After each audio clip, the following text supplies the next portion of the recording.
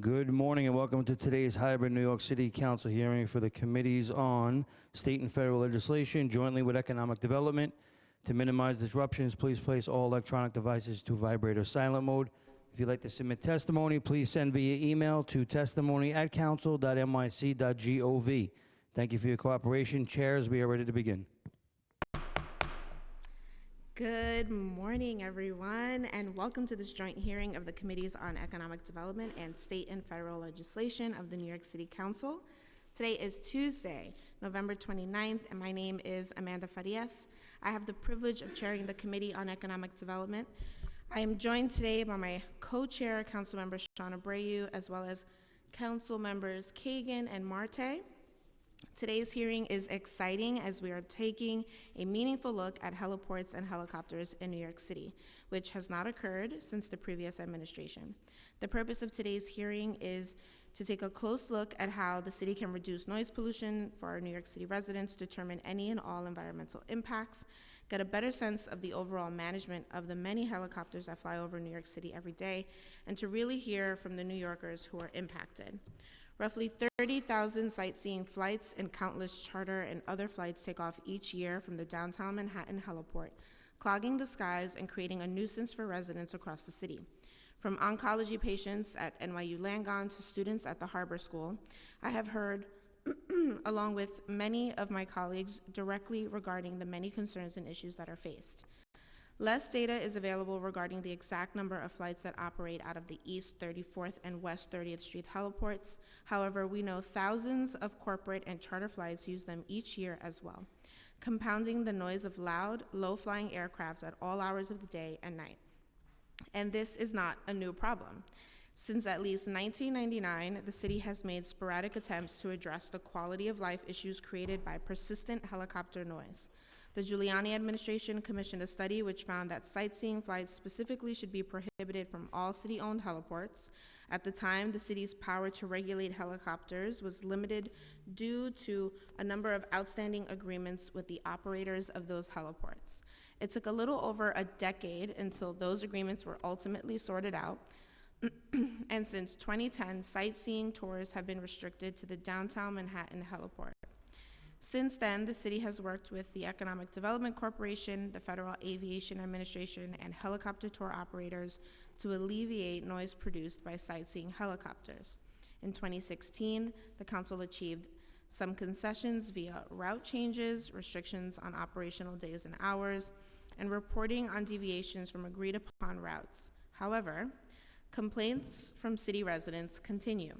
Last year, the city's 311 system received almost 26,000 helicopter complaints, and total complaints are up over 2,300% over the past 5 years. More clearly remains to be done. The Economic Development Corporation completed an RFP this past summer to select a new operator of the downtown Manhattan heliport. While we acknowledge a new vendor has not yet been selected, we on the council see this as a prime opportunity to reiterate our concerns regarding safety, noise, air pollution, and route selection, and hope some mitigation measures can be built into the new vendor's contract. We also hope to work with our colleagues at the federal level to see if they would consider amending flight rules to alleviate some of the strain on city residents caused by these flights. These requests are not without precedent. In 2008, Senator Chuck Schumer and former Representative Tim Bishop worked with the FAA to amend the so-called North Shore helicopter route in 2008 to reduce noise over parts of Queens and Nassau County. And in 2018, the FAA issued an emergency order prohibiting doors-off helicopter tours in a response to a fatal crash that year in the East River where 5 people lost their lives. We recognize We recognize that the Economic Development Corporation's direct authority with respect to achieving these goals is somewhat restricted. However, we hope that the EDC will work with community advocates and consult with the FAA, the Port Authority, and the operators of other heliports near the city in their efforts to develop these goals. With that being said, I would like to thank the committee staff, Senior Counsel Alex Polinoff, Senior Policy Analyst William Hongach, and Finance Analyst Glenn Martinelli for all their hard work putting this hearing together. And I will now turn it over to my colleague, Sean Abreu, Chair Sean Abreu, for his words. Thank you so much for that introduction, Councilmember Farias. Good morning, everyone. My name is Sean Abreu, and I serve as chair to the Committee on State and Federal Legislation. As my colleague just mentioned today we are here to discuss New York City heliport operations. While the federal government maintains jurisdiction over all airspace in the United States, including ours, I'd like to take this opportunity to delve into the impact of air traffic congestion in New York. Anyone living in our city can attest to its greatness, but they can likely attest to its loudness. Noise pollution may be commonplace in big cities, but it does not mean we can't do our part to lessen its effects while maintaining safety and efficiency within our city's airspace. Sightseeing is fun and an integral aspect of getting to know a city, whether you're a new resident or just visiting temporarily.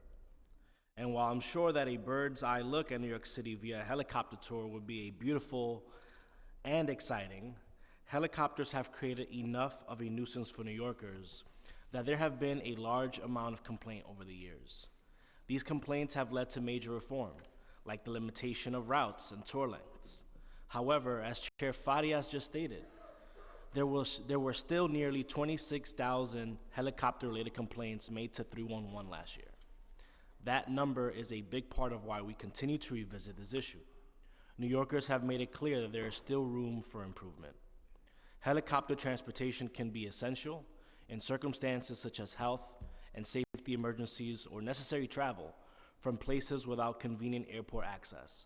But we need to be able to account for how much noise pollution comes from these necessary means of travel versus how much comes from frequent sightseeing. I look forward to examining this through the lens of my committee, as this is not only a local issue, but one that is at the nexus of state and federal government. Today, I'll be looking to see how we can work with our counterparts at the state and federal levels and to learn more about any ongoing work and conversations that may already be taking place. Before we get started with testimony, I'd like to thank you to everyone that has taken the time to be here today, both in person and virtually. We appreciate your time and feedback on how we can make improvements to heliport operations to ensure we can work on solutions to the issues surrounding them. I'd also like to thank committee staff and my own staff for their work on this hearing, and I will now turn it over to our moderator for some procedural items. Alex Polinoff, Senior Counsel. Members of the administration, would you please raise your right hands? Do you swear or affirm to tell the truth, the whole truth, and nothing but the truth in your testimony today, and to respond honestly to council member questions? Great. You may begin when ready. Good morning, Chair Farias and Chair Abreu, and members of the Economic Development and State and Federal Legislation Committee. My name is Andrew Gann, and I serve as the Senior Vice President of Transportation for the New York City Economic Development Corporation. And I'm joined by my colleague, Mikhail Adgate. She's the Senior Vice President in our Government and Community Relations Department.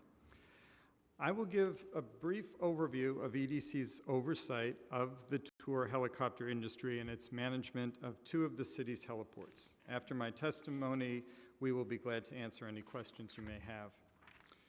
The City of New York owns two heliports, the East 34th Street heliport and the downtown Manhattan heliport. Both heliports are public use heliports, an FAA designation meaning a heliport available for use